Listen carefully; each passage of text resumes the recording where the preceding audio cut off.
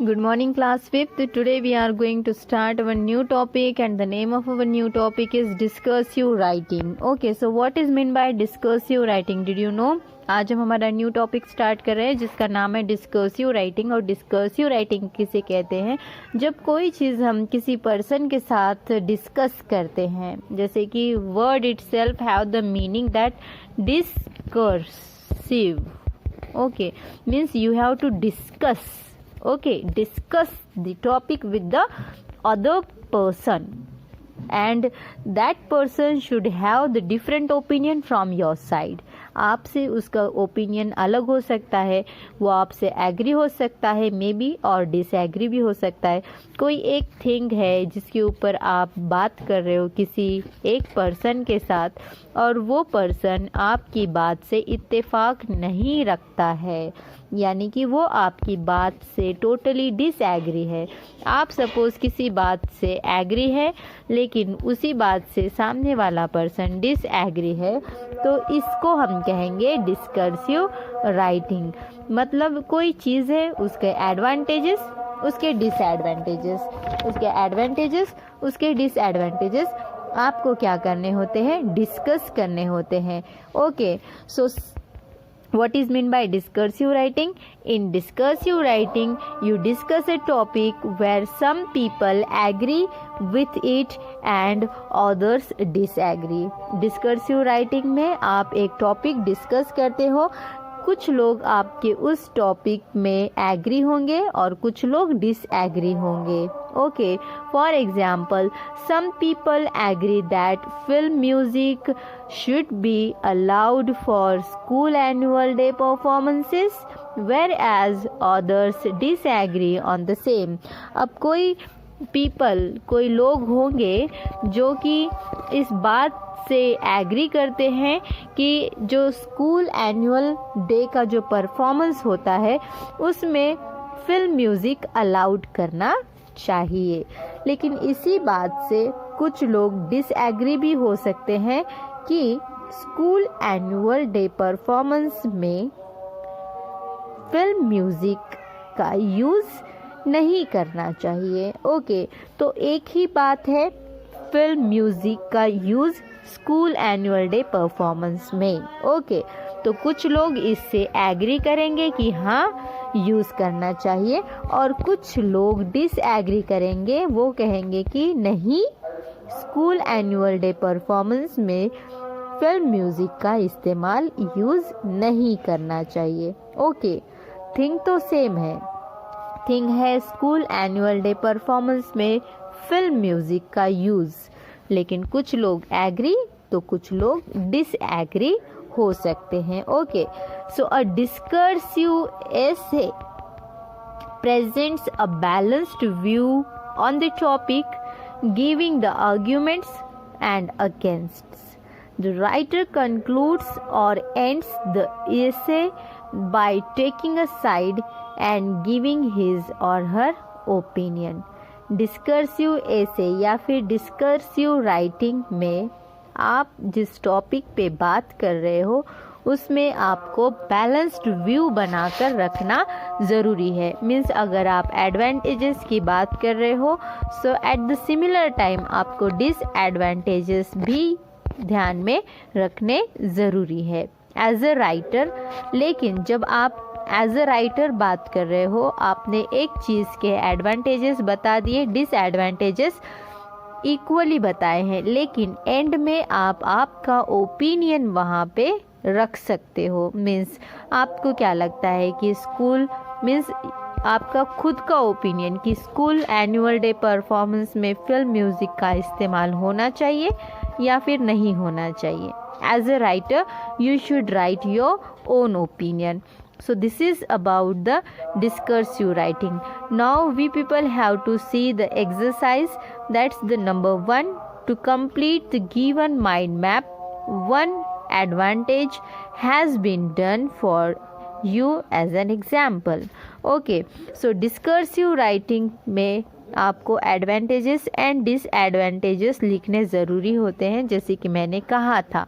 और उसके बाद में एज अ राइटर आप आपका कंक्लूजन, आप उस टॉपिक को एंड करते हुए आपको क्या लगता है कि वो चीज़ एडवांटेज दे सकती है या डिसएडवांटेज दे सकती है, आपका पर्सनल ओपिनियन आप वहाँ पे रखोगे। Okay, so now the number 1 question is complete the given mind map.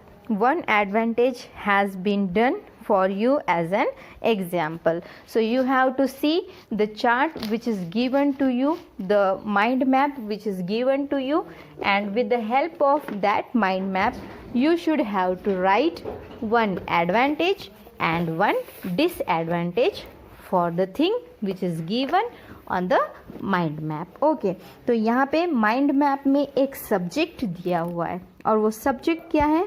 Should student be taken for a school picnic every month. Okay, क्या दिया हुआ है उन्होंने दिया हुआ है कि जो स्कूल स्टूडेंट्स है, ओके, जो स्कूल स्टूडेंट्स है क्या उन्हें हर मंथ स्कूल पिकनिक पर लेकर जाना चाहिए? ओके, लेकर जाना चाहिए या नहीं?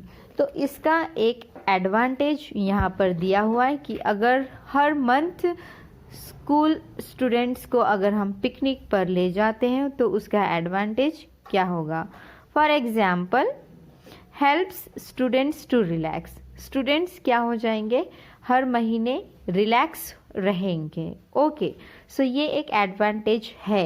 Exactly this is one type of advantage that if students should taken for school picnic every month, then it helps to them to be relaxed.